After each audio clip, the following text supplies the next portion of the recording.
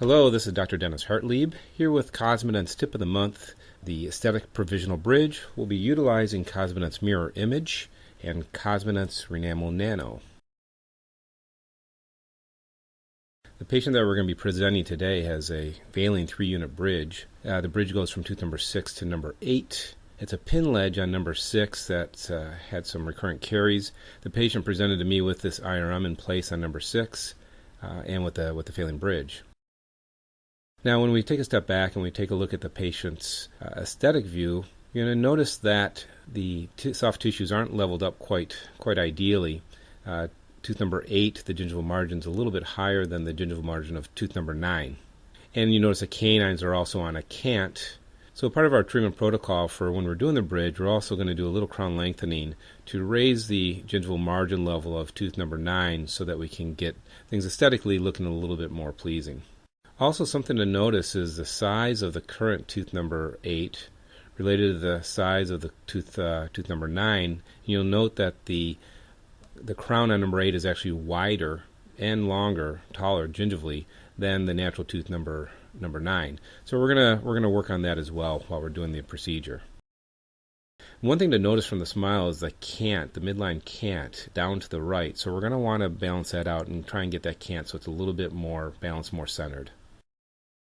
Now, when we're making the provisional today, we want to be taking a look at the natural aesthetics of tooth number 9 and number 10, number 11. But specifically, when you're looking at the natural dentition, note the gingival coloration and the low value and the darkness that's going along that gingival third. The tooth is highly texturized, and you'll also note that there's a lot of light hypocalcifications that are throughout the body of the tooth and towards the incisal. So we're going to want to replicate that coloration and that surface texture in the provisional, and we'll be working on that in just a little bit. So remove the bridge, and tooth number 6 was endodontically treated. Then a Cerapost from Brasseler was utilized, and Cosmacor A2 was used for the core buildup. And you can see the final preparations for 6 and 8. Now, for the provisional, I'm using a Biostar matrix of the diagnostic wax-up that I made. Now, because I'm making a bridge here, I want to make sure that the bridge is supported and strong. So I also have to do some aesthetic modifications to the temporary, given the great deal of tooth color variation that the patient has in her natural dentition. So I'm going to be placing some of the nano body D2 material into the facial and the lingual of the Biostar vacuform, if you will. Now I use that material so then I can take some rib-on material, some of the Kevlar rib-on material, and you can see the 2 lengths that are cut, and then I'm going to saturate those 2 rib-on cords in the unfilled resin. This is Cosmedent Complete Unfilled Resin. And so we saturate those rib-on cords and we take off the excess. I'm going to take those cords then, and I'm going to pack them into the nano composite that I've put into the shell, into this Biostar shell. So this is using the Cosmedent multi-purpose instrument to just gently tack it into the shell. Once I have that material placed, then I'm going to be using Cosmedent's Mirror Image, their biscryl material. What I like about this Mirror Image is that it has great working time, and then it only sets up in about a minute, so you don't have a lot of wasted time. And it has a very high fracture toughness. It's very strong and it's very durable, and what I really like about it is it's very easy to trim, and there's very low shrinkage with this material.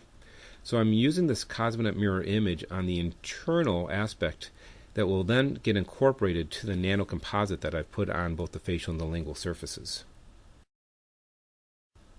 Now, while my assistant is filling in the shell, the Biostar shell, I'm taking the same material, the Mirror Image, in a centric syringe, and I'm going to inject around the gingival margins to make sure that I have absolutely perfect pickup of those gingival margins with my provisional. I then place that Biostar with the Mirror Image inside of the nano with the rib-on meshes.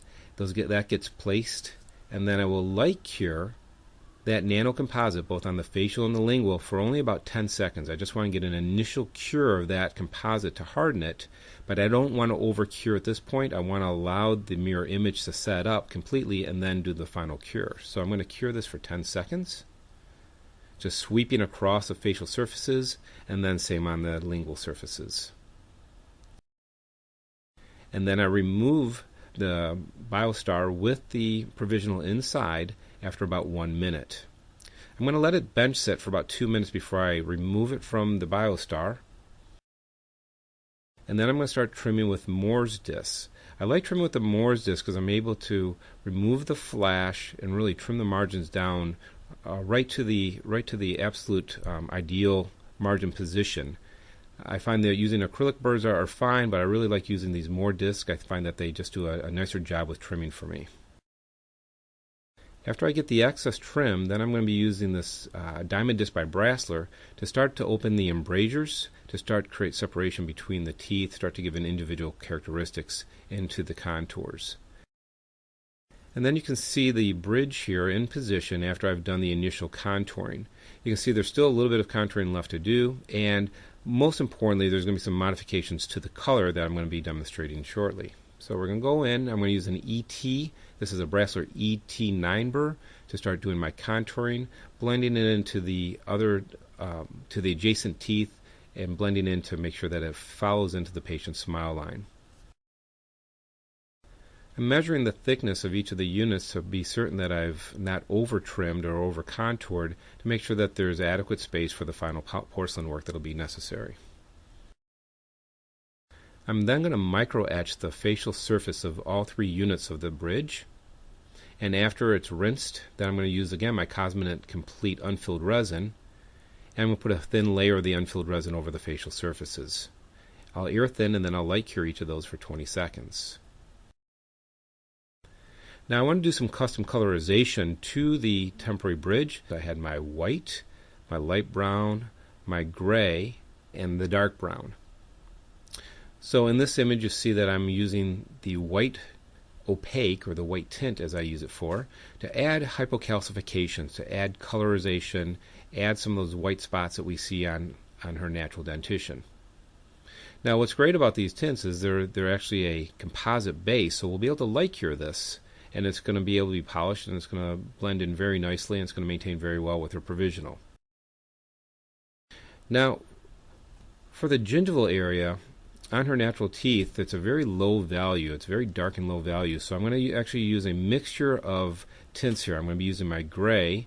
I'm going to be adding, the first material I add is the ochre, which is sort of light brown, and I'm going to add some dark brown to that. So it's a mixture of my gray, the light brown, and the dark brown to give me the ideal colorization that I need to blend into the temporary at the gingival third, to just give it a lower value but more chroma in that area to blend with the natural teeth.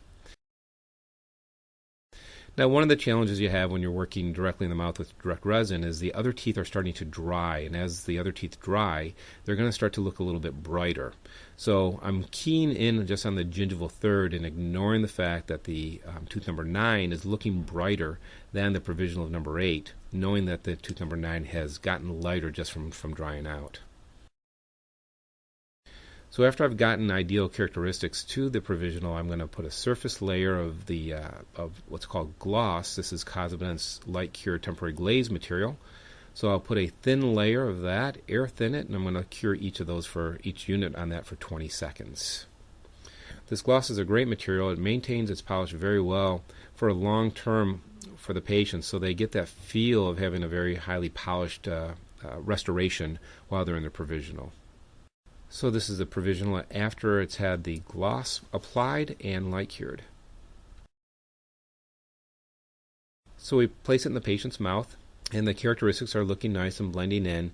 But the patient and I had a conversation before we started the procedure, and she agreed that she would like to actually do some cosmetic bonding to tooth number 9 so that I can make 8 and 9 to be symmetrical in size and shape.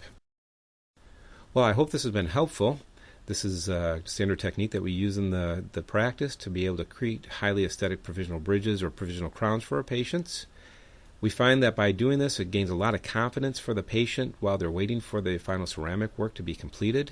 It also gives us a lot more information that we can share with the ceramist, so we start to understand better the layering of colors that are going to be necessary so that we can translate that to the ceramist so they have a fuller understanding of what we're trying to achieve with the final bridge work. Now, obviously, not all cases are this complex. In the future, look forward to having just more of a simple central incisor provisional or a single lateral incisor that's going to be able to show you how to use the mirror image in a more common application that we can use in your day-to-day experience. Thank you for joining us for Cosmedent's Tip of the Month.